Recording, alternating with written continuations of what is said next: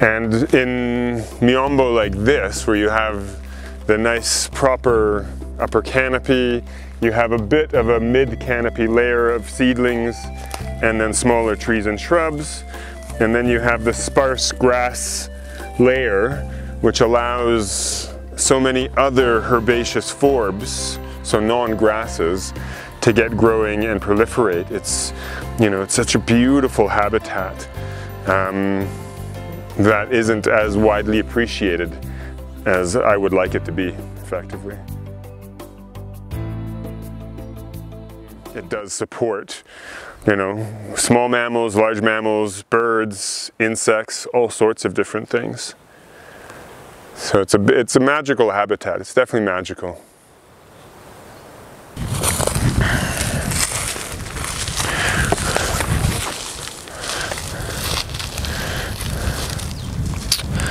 So here we have a very young Brachystegia boehmii. I must say I think this is Brachystegia boehmii. There are a few Brachystegias that have these kinds of smaller leaflets, smaller and numerous leaflets that are roughly this size. There are a few different distinguishing characteristics that would be used to separate out boehmii from utilis, from floribunda, and the like. You know, it's one of those things that I can never remember them fully off the top of my head. But I think this could be boehmii, and it comes out with this kind of nice purplish, maroonish, reddish flush to the color of the new leaves. The new leaf emergence in that kind of spring period at this time of year, September, October, is always very colorful, actually because of the leaves more so than anything to do with the flowers in many parts of the Miombo woodland. And this is kind of a nice example of it here at ground level with this young sapling. And you can just imagine as this emerges on much of the larger trees, you actually get quite a lovely color development across the whole Miombo, as not just the Brachystegias leaf out, but then many of the other trees leaf out, bringing in colors of that red and purple spectrum through to yellows and sometimes even oranges in some cases. And I have been fooled on more than one occasion thinking I saw something of interest in terms of flowers, only to find out that it is the emerging leaves of some of these Brachystegia trees as they first start to leaf out at this time of year. But a very, you know, characteristic aspect is these lovely colored foliage that will then, as they start to mature, change back into green as the chlorophyll actually starts to operate much more and the anthocyanin parts start to disappear a little bit.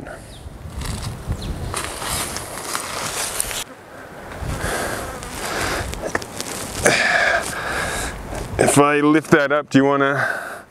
Yeah.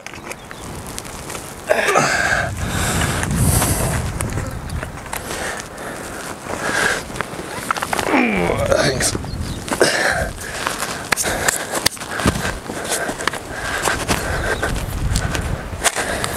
This is a treat because you almost never see these trees in flower. By the time you come across them again, you just see yellow underneath because all the flowers have fell off. These only usually flower for about a day. So I almost never see an ochna tree actually in flower. Just looking at the bark, this is going to be, I think, ochna pulchra. But these lovely little yellow flowers, a nice kind of coverage over the whole tree at this time of year. What you're more likely to see on ochna trees is the bright pink or reddish sepals once the fruits have formed. So what's more distinctive about this tree is actually when it's in fruit and it has the little green fruit which will ripen to black, offset against the sepals, which right now are small and green, but which will and large and turn anywhere from pink through to red when the fruits are ripening. And then it becomes still quite showy at that time of year. But to find it in flower is usually less common, which is nice to see at this time. So a nice little enjoyment, happenstance to see it. And a very, very light yet faint kind of sweet fragrance on these flowers. I can't quite put my finger on what it reminds me of, but quite pleasant, but not strong. I don't think I would have been able to smell this walking around without seeing the actual flowers. Just above me at the moment, we probably have one of the more conspicuous flowering trees at this time of year. This is one of our lucky bean trees, Erythrina absinica. This is the most common of the lucky bean trees, I would say, and very recognizable by these red flowers. A very ornamental plant. The seeds themselves are quite ornamental, being black and red as well, but this one you can spot, you know, from a distance away, because against the brown background at the moment, these red flowers are very, very, very conspicuous. You know, I'm sure, I can't say for certain that this is visited by sunbirds for pollination, but I'm sure it's definitely up their alley for that. It is a lovely tree. They can be grown from seed or from truncheon if one wanted to grow this in their garden at home. It would be a lovely addition, and always very rewarding every year, this kind of period of beginning of that hot dry season, that springtime for us here. You do have to be careful though that it does have quite a few thorns on it. It's not exactly a tree you want to be putting somewhere where you are going to be walking barefoot. But other than that, it is a lovely, lovely tree, and very good for giving you that kind of nice shot of color at this time of year.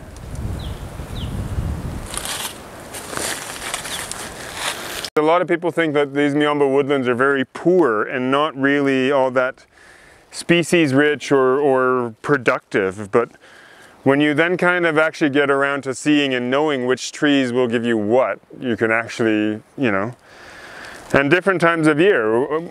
Earlier this year, when I was out in Western Province doing field work, you know, we'd go out in the morning after having breakfast, and, you know, okay, we'd still get lunch, but mostly in the mornings you'd go around and all of a sudden you're just like, oh look, there's, you know, Mpovia fruit, oh there's this fruit, there's that fruit. There was so many fruits that we could eat, you know, as we were going through. It's never filling you up, but it is a scenario where, you know, there's stuff that's out there. There's possibilities to be getting your nutrition, or at least some nutrition. We've got a nice large specimen, actually I shouldn't say large comparatively to some that I have seen in Zambia, but a fairly bigger specimen of the mpundu fruit here. This is Parinari curatellifolia.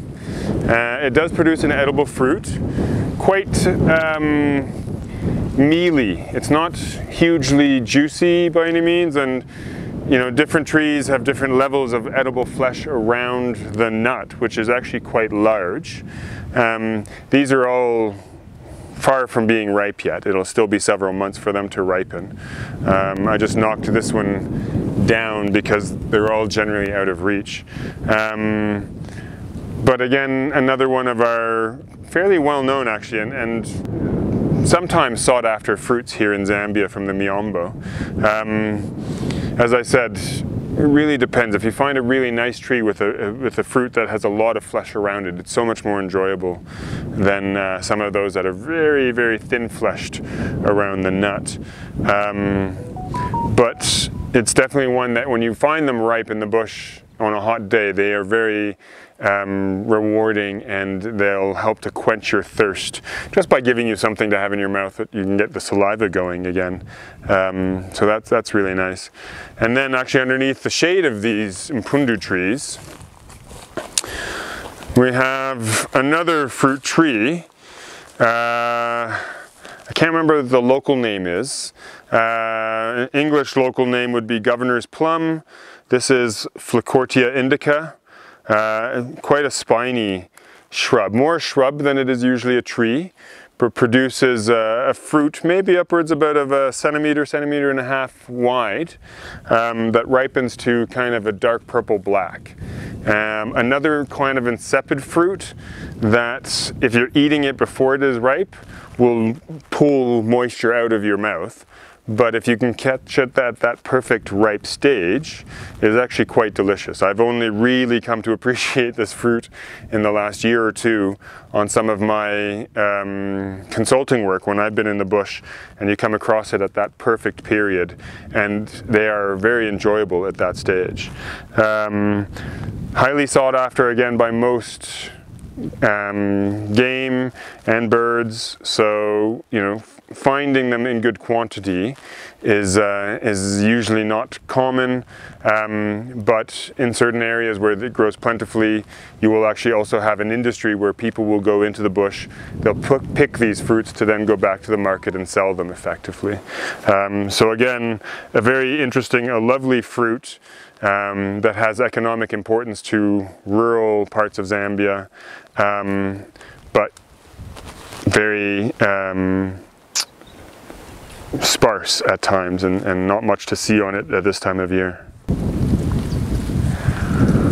So I mentioned earlier about leaf color, and that kind of leaf color as leaves emerge usually being something other than green. And here we do have that kind of reddish maroonish kind of tinge to these leaves, especially these really young ones that have come up here and are quite red.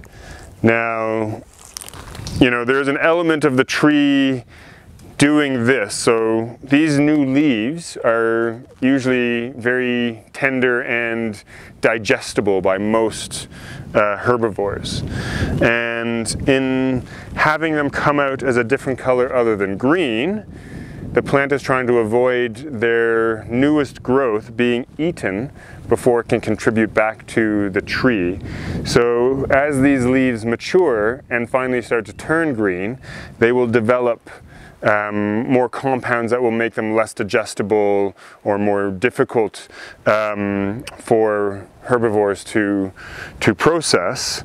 Whereas at this stage, when they're at their easiest to digest, the plant is kind of trying to trick those herbivores into not eating them by making them less conspicuous. So a lot of our early growth tends to be colored to try and trick herbivores into not eating it, so that that leaf can mature and actually contribute back to the plant. I've been touting the beauty of the Miombo. Maybe I should also tout the aggressiveness of Miombo too. You know, just seeing this here with these massive spine clusters coming out of the trunk. I must admit, I'm not exactly sure what tree this is at the moment. I think it might be Flacourtia, the fruit tree that we just kind of came by, but there's not many leaves left in it, and whether or not those leaves are even part of the tree or from something else, I'm not sure at the moment. But the base of this tree is definitely letting you know not to climb it. And it's very impressive, very, very impressive.